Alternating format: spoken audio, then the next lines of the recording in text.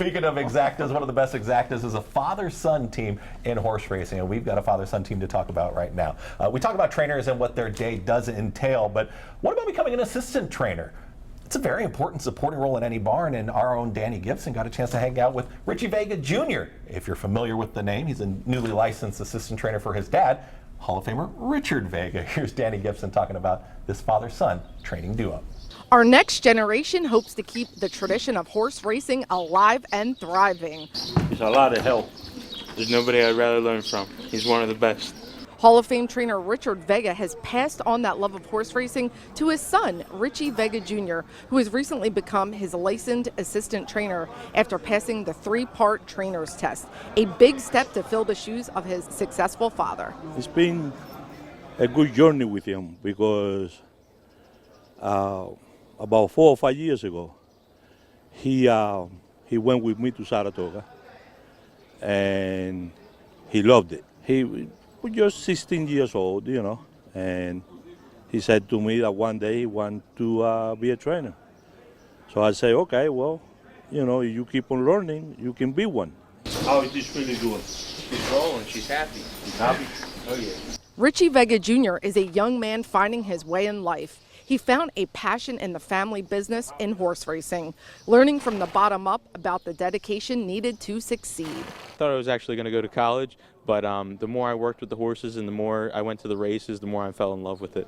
I started at the bottom. I was a hot walker for a long time, and I had to learn everything just the way a normal person would. I was in horses for a long time, so I got to see the trainer aspect of it. That really helped me with my trainer's test and the business side, but I needed to learn the skills that how to handle horses, how to take care of them, how to get them baths, how to put bandages on, how to tack up horses, how to saddle horses in the paddock. There was still a lot of stuff that I needed to learn, and still I'm always still learning. I'm very proud of him. I am, because you know I'm about to.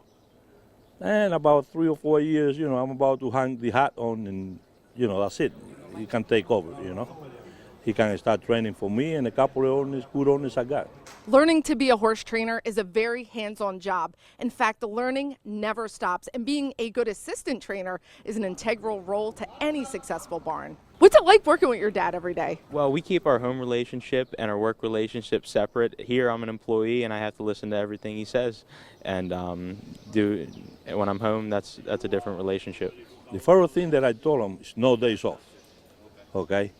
And he has to get up every morning, 5 o'clock, same time, you know, go to work, check the horses before they go out. It's a lot of things that he got, you know, that he got to learn, and he's doing it. He really is, you know.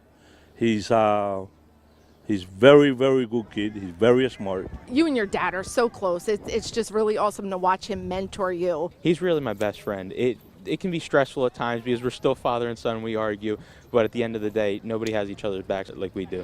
I'm Danny Gibson for Let's Go Racing. Richie Vega is such a great character. It's cool that his son is now working with him, Chris. I've done a couple stories on Richie, and people that don't know it, he came over here years ago from Cuba on the Mariel boat lift, ended up at Fort Indiantown Gap up at Penn National, saw the lights at the track one night, said, hey man, this is cool, whatever, saw the horses, and of course he's become an absolute Parx legend here. We love Richie Vega. So you guys definitely know each other a little bit. Yes, I mean, you know a little do. bit of the history behind one another. One of the absolute good guys out.